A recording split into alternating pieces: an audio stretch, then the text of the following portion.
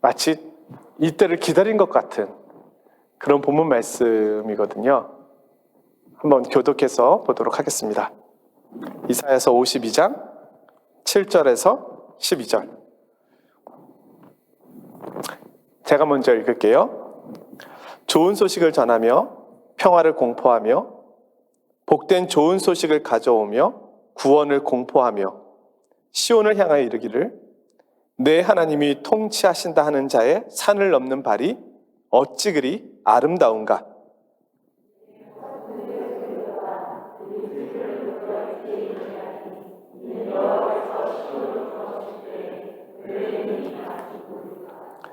너 예루살렘의 황폐한 곳들아 기쁜 소리를 내어 함께 노래할지어다. 이는 여호와께서 그의 백성을 위로하셨고 예루살렘을 구속하셨습니다.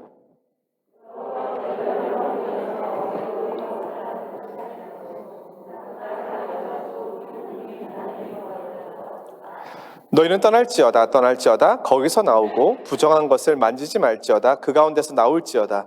여호와의 기구를 매는 자들이요 스스로 정결하게 할지어다. 여호와께서 너희 앞에서 행하시며 이스라엘 하나님이 너희 뒤에서 호위하시리니 너희가 황급히 나오지 아니하며 도망하듯 다니지 아니하리라. 아멘. 우리는 프랑스에 살고 있습니다. 불어를 쓰는 나라이고 그리고 프랑스가 여러 나라들을 정복하면서 전 세계적으로 약 50여 개의 불어를 쓰는 나라들이 있습니다. 그 중에 아프리카의 북아프리카를 포함해서 서부아프리카 중심으로 해서 27개의 나라가 이제 우리 근처에 있는 불어권 지역이라고 할 수 있습니다. 이 불어권 지역의 인구는 약 10억 명 정도가 됩니다. 프랑크폰에 살고 있는 인구. 그러니까 전 세계 인구의 약 8분의 1 정도 되겠죠. 물론 세계 선교를 이야기하기에는 더 많은 그 사역의 범위가 필요하죠. 아시아를 비롯해서 사역의 범위를 넓히면은 8분의 7이나 되는 지역은 사실 불어권 바깥의 지역이기 때문에 우리가 불어권 지역에도 관심을 가져야 하지만 그 외 지역에 대한 관심도 당연히 가져야 되겠죠. 분명한 것은 우리가 불어권 지역에 살고 있기 때문에 좋든 싫든 불어에 대한 관심, 불어권 지역에 대한 관심을 갖지 않을 수 없다는 겁니다. 이 불어권 전 세계적으로 우리나라에서 파송한 선교사님 수가 23,000명 정도가 전 세계에 나가 계십니다. 근데 그 중에 불어권 지역, 특별히 서부아프리카를 중심으로 한 지역에 나가 계신 선교사님 수는 프랑스를 비롯해서 400명 정도입니다. 그러니까 선교사님 수적으로 볼 때 너무너무 작은 수가 사실은 불어권 지역에 나가 계신 거죠. 그러니까 한국에서 사실은 프랑크폰, 불어권이라고 하는 것이 여전히 아직도 예전보다는 많이 알려지긴 했지만 아직 많이 모르는 분들이 사실은 대다수입니다. 아마 불어를 쓰는 나라가 50여 개나 돼 그러면은 굉장히 의아해하는 분들이 많을 거라고 생각이 듭니다. 그러다 보니까 선교적으로 볼 때는 늘 어떻게 보면 소외된 지역, 외로운 지역이라고 이제 할 수 있고 선교사님들이 많이 나가지 않는 지역이고 우리나라에서 일단 거리가 정말 멀어요. 특별히 서부아프리카 쪽은. 유럽도 한번 오기가 쉽지 않은데 서부아프리카를 간다고 생각해 보십시오. 얼마나 멉니까? 항공비만 해도 비용이 만만치 않고 그러다 보니까 더 많은 관심을 쏟기가 이제 어려운 한계가 있죠. 근데 제가 그런 생각을 해봤습니다. 지난 화요일이 이번 주 화요일이 불어권 선교회 파리지부가 개설되는 날이었는데 저는 개인적으로 불어권 선교회하고는 좀 추억이 좀 있거든요. 제가 불어권 선교회의 초창기 member였고 간사도 했었고 그리고 그 불어권 선교회를 통해서 사실은 27년 전, 25년 전에 1회 정탐 사역을 갔었고 불어권 지역, 아프리카 지역으로 다녔었고 그때 이제 자료조사를 제가 열심히 했었거든요. 그 자료들이 여전히 이 불어권 선교회에서 사용되고 있더라고요. 그래서 아무도 인정해주지 않아도 스스로 괜히 혼자 흐뭇해하고 근데 불어권 선교회가 이번에 이제 세워지면서 내가 왜 프랑스에 왔을까? 이제 이런 생각을 다시 한번 해본 거예요. 저는 불어하고는 정말 상관이 없는 사람이었거든요. 어느 날 우연한 기회에 선배가 너 불어 배워볼래? 그래서 무슨 불어냐고 막 이렇게 하다가 그래도 뭐 어느 하나 배우는 건 나쁘지 않겠지 해서 불어를 배우기 시작했다가 아베세데하고 그 다음 이제 불어 넘어가면서 이거는 내가 배울 언어가 아니야. 그렇게 하면서 이제 포기를 했었던 건데 그 만남이 계기가 돼서 불어권 선교회와 연결이 됐고 그래서 정탐 사역을 오게 됐고 그러면서 파리 장로교를 지나가게 됐고 그리고 25년의 세월이 지난 후에 제가 여기 있는 거예요. 그리고 불어권 선교회가 파리에 설립됐을 때 이사로 섬겨달라고 이렇게 부탁을 받았을 때도 이것이 어떻게 우연이겠는가. 저는 몰랐지만 하나님께서는 오래전부터 이런 일들을 살피고 계셨나? 이런 생각이 또 들고 그러면서 제가 생각한 것이 우리 특별히 한국 교민, 우리 교회 프랑스, 우리 이제 파리 장로교 우리 성도님들, 프랑스에 와 계신 분들, 아마 내가 프랑스에 와서 살게 되리라고 생각 못 하신 분들도 많으실 거예요. 여기에. 내가 여기서 사업을 하고, 여기서 직장을 다니고, 여기서 자녀를 양육하고, 전혀 나는 생각해 본 적도 없었던 일을 내가 지금 해오고 있지 않았나. 아마 그런 분들도 계실 대부분이라고 생각이 드는데요. 그것이 과연 우연이겠는가?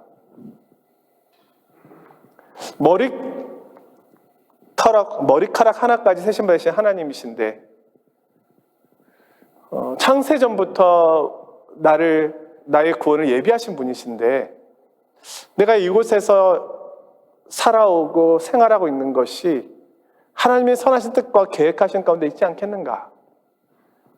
그럼 그것이 무엇일까? 일단 우리는 그런 고민들을 사실 다 하잖아요, 기본적으로. 근데 그 중에 우리가 하나를 이야기할 수 있다면 어쨌든 간에 불어권 지역에 대한 관심과 소외된 지역인 불어권 선교에 대한 하나님 주시는 어떤 그 관심을 나누길 수 있는 기회를 주신 것이지 않겠는가. 그리고 물론 서부 아프리카까지 가지 않더라도 이 프랑스도 그리고 내가 서 있는 그것도 땅끝일 수 있잖아요. 사실은 어떤 분들에게 있어서는 아프리카 현장보다도 내 삶의 자리가 더 힘든 선교지일 수도 있습니다. 우리가 그것도 등한시할 수는 없겠죠. 그래서 우리가 멀리 계시든 가까운 데에 계시든 아니면은 내 삶의 자리든지 간에 파리에 사는 이상, 프랑스에 사는 이상 이 선교적인 마인드, 불어권 선교하고는 뗄 수는 없는 그런 위치에 있는 것은 분명한 것 같습니다. 프랑스가 많은 나라들을 이렇게 정복했는데 저는 그것이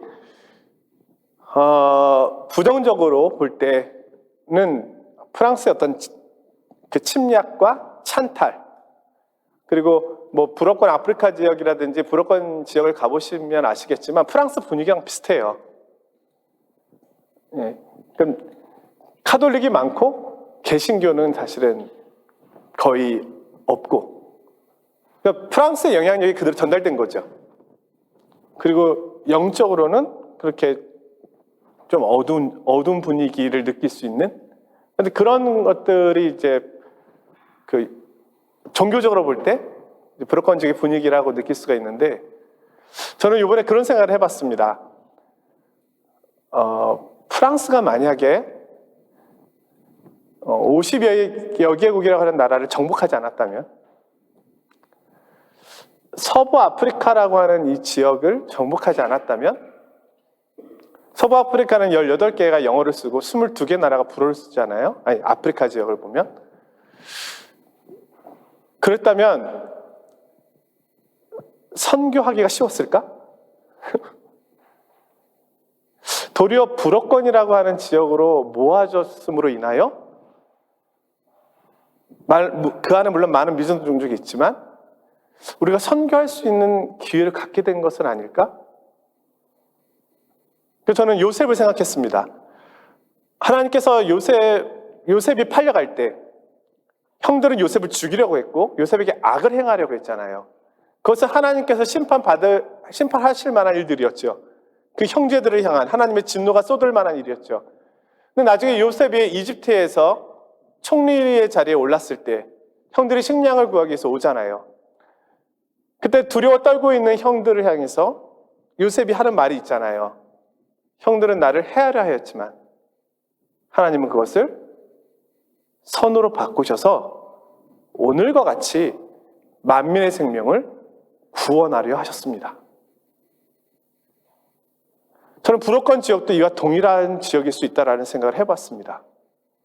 프랑스는 침략하려고 했고 프랑스는 자신의 국익을 위하여 많은 사람들을 노예로 사용하기도 했고 많은 것을 빼앗아갔지만 그들은 악을 행하려고 하였지만 하나님께서 그것을 선으로 바꾸셔서 불어권으로 모아주시고 불어권 선교라고 하는 특별한 선교를 할 수 있도록 하나님께서 우리에게 그들에게 구원의 길을 열어주시는 방편을 사용하실 수 있겠구나.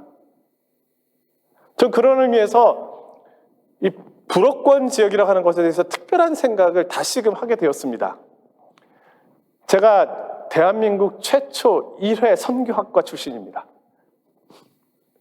우리나라에서 선교학과를 처음 만들 때, 신학교에서 선교학과를 처음 만들 때 1회 학생을 뽑을 때 그때 전기 8명을 뽑았는데 그 8명에 제가 들어갔거든요.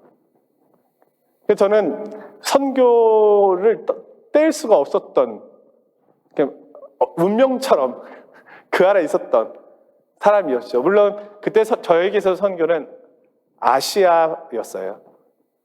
대한민국에서 가장 가까운 지역, 예루살렘 가까운 지역부터 예루살렘 다음에 온 유대 다음에 사마리아 다음에 땅끝 이렇게 순서적으로 생각했기 때문에 저에게서 선교 지역은 아시아였죠. 근데 선교학을 공부하다 보니까 이게 순서적이 아니라는 것을 알게 됐어요.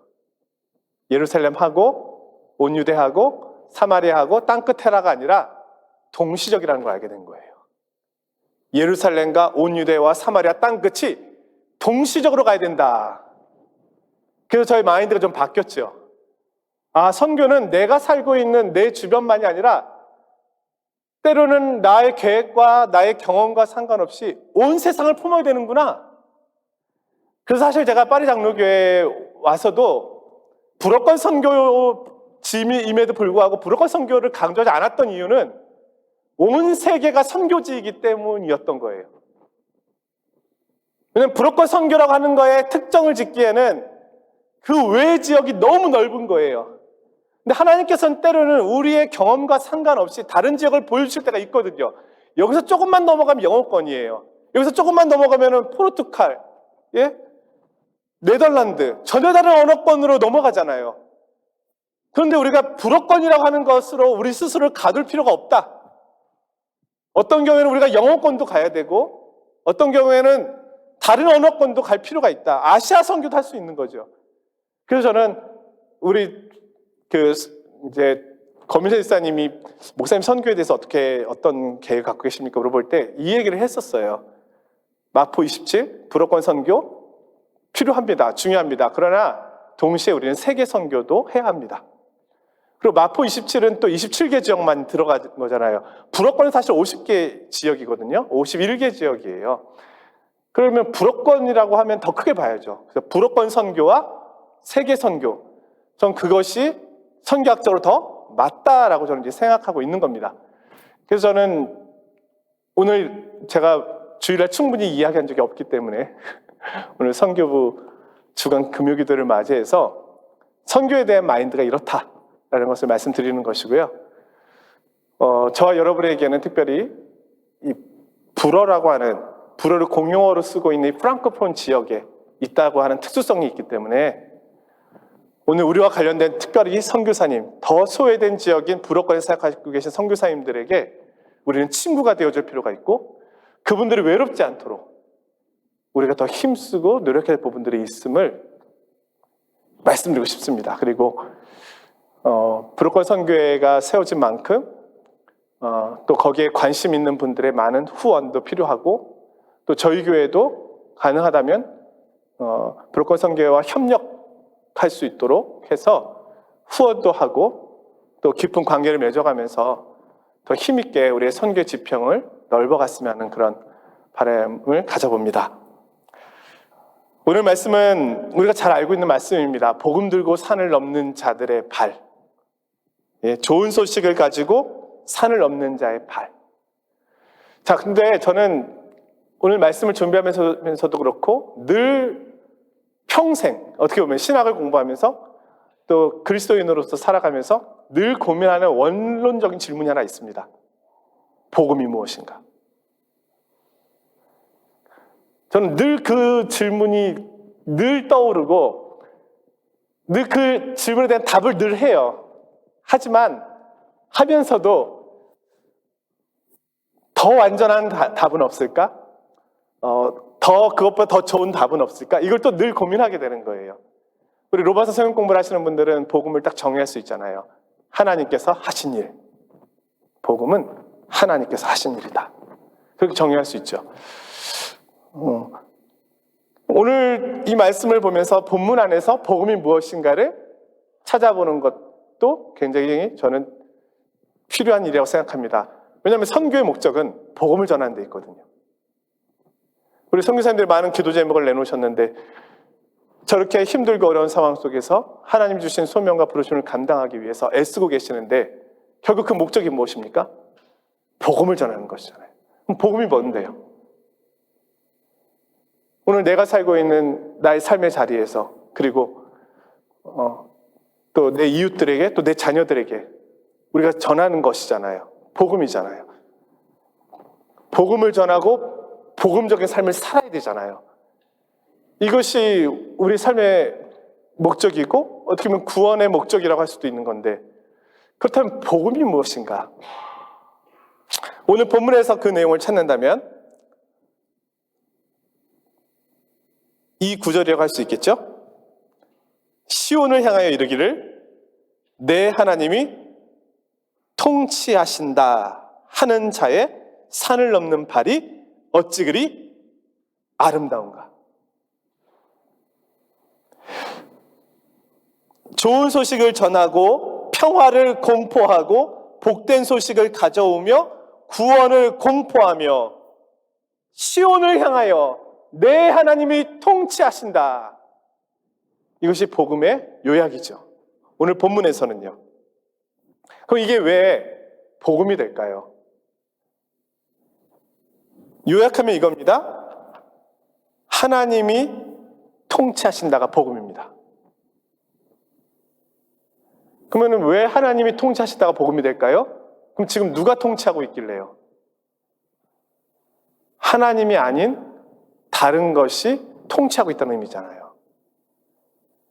이스라엘 백성들의 상황을 볼까요? 지금 이스라엘 백성들은 지금 바벨론 포로기에 있었습니다. 그럼 지금까지 이스라엘 백성들을 통치했던 사람은 누구예요? 바벨론 왕이었던 거죠. 근데 페르시아의 고레스 왕이 바벨론을 물리치고 자유를 공포했습니다. 너희 나라로 돌아가도 좋다. 그럼 이제 이스라엘을 다스리는 왕은 누가 됐어요? 페르시아 왕이 됐죠. 근데 복음은 뭐예요? 바벨론도 너희를 다스리지 않고 페르시아도 너희를 다스리지 않는다. 내 하나님이 너희를 다스린다. 이게 복음이라는 겁니다. 그럼 하나님이 우리를 다스린다는 것이 왜 복음이 될까요? 이 세상 왕이 우리를 다스리는 것은 왜 복음이 되지 않을까요?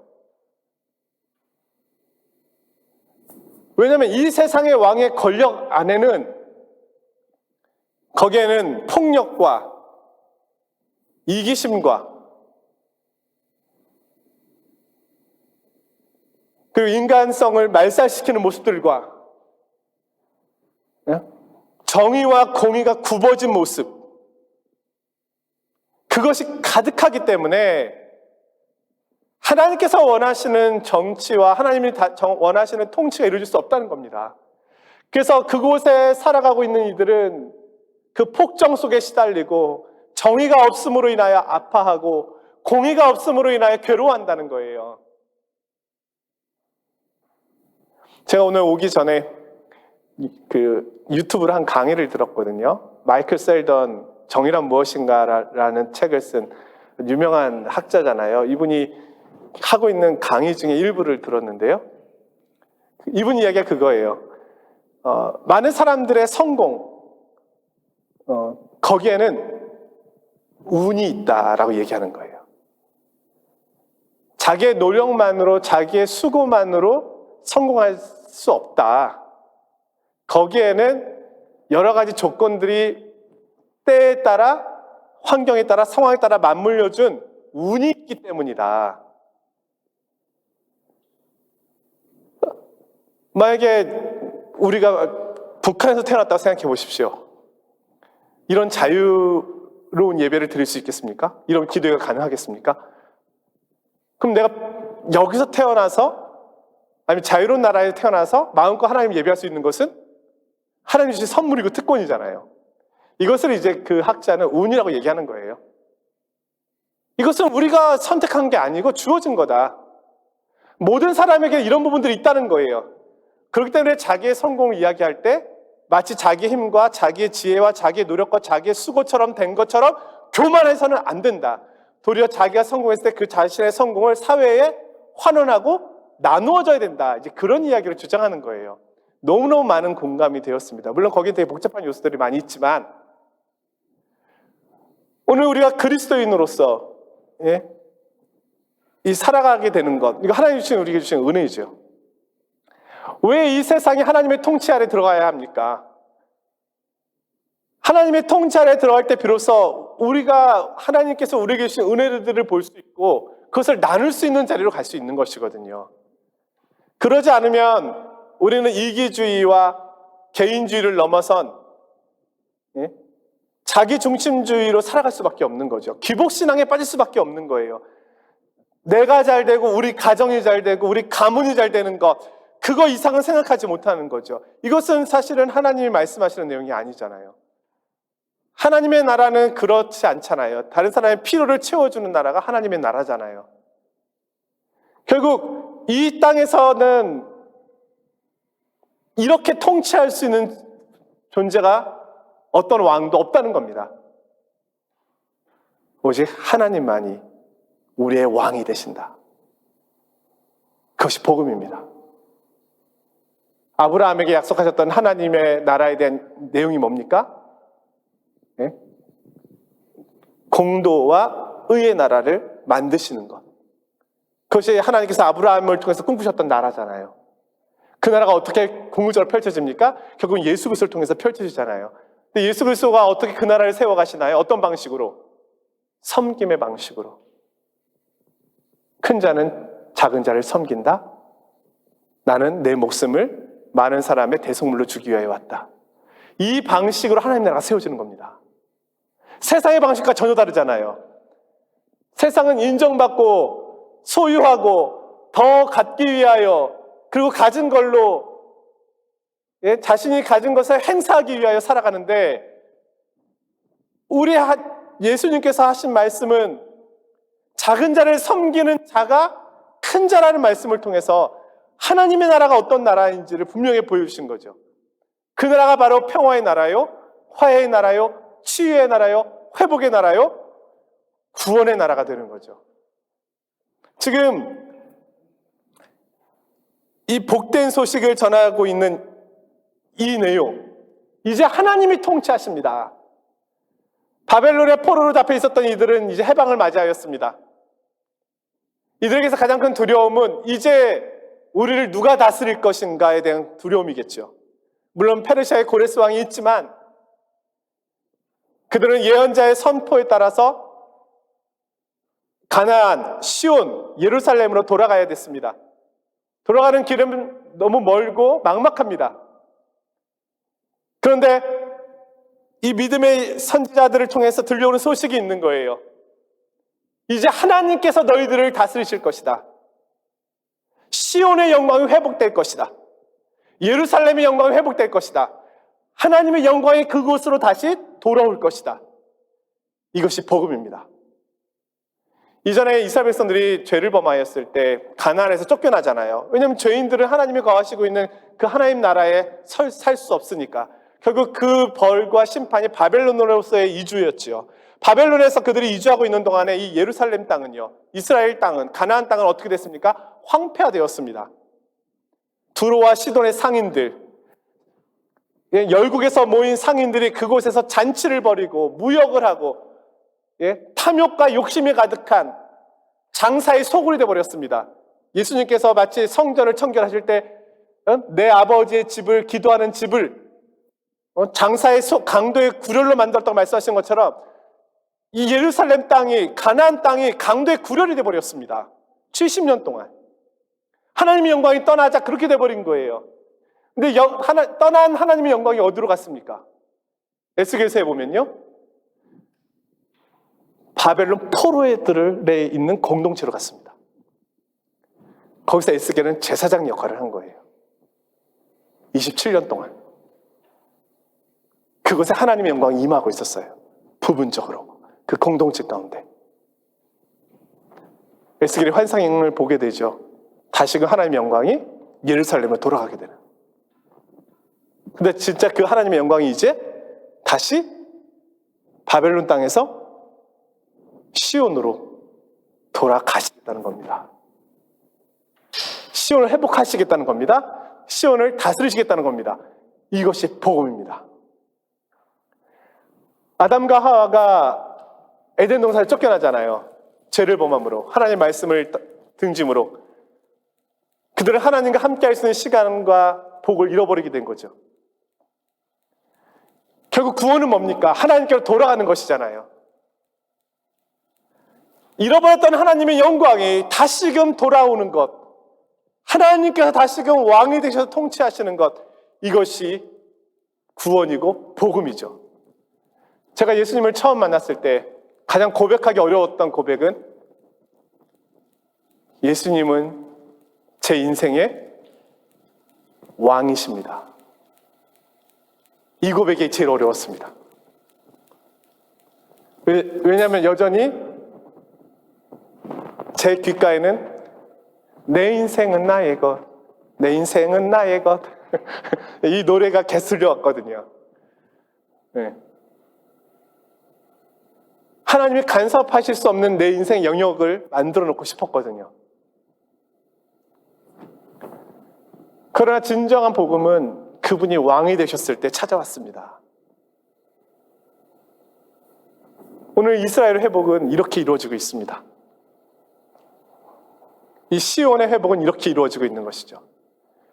그럼 이제 땅끝 우리 주님이 다시 올 때, 이 세상의 마지막 때에 일어날 일은 무엇일까요?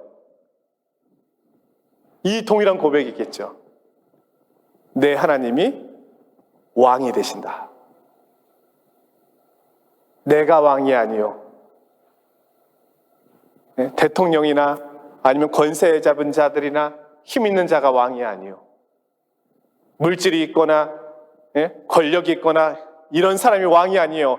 그 모든 교만함들은 다 무너지고 오직 정의와 공의를 세우시는, 섬김으로 세상을 다스리시는, 작은 자를 가장 큰 자가 섬겨주시는 그 나라, 그 왕이 다스리시는 그 나라가 바로 마지막 때 펼쳐질 하나님 나라의 완성의 모습이 되겠죠. 지금 이 세상은 한편에서는 교만을 향하여 달려가고 있지만 한편에서는 그 하나님의 나라를 향하여 달려가고 있습니다. 우리 선교사님들의 영상과 기도 제목에서 보듯이 끊임없이 섬기는 이 섬김의 수고 헌신 속에 하나님의 나라는 세워져 가고 있습니다. 사랑하는 성도 여러분, 오늘 우리가 드린 기도, 선교사님들을 위해 드린 기도, 또 우리가 드리는 매주 금요일마다 모여서 함께 드리는 이 기도 헛되지 않을 것입니다. 하나님께 들으시고 하나님 나라를 세워가시는데 아름다운 재료로 사용해 주실 것입니다. 오늘 제가 있는 자리, 내가 서 있는 자리, 우리 가정이 있는 자리, 교회가 있는 자리, 그리고 땅끝까지 펼쳐질 선교지의 그 자리에 하나님만이 왕 되시는 그 나라를 사모하며 그렇게 믿음으로 함께 선교적인 삶, 그런 삶을 살아가시기를 주님의 이름으로 축원드립니다.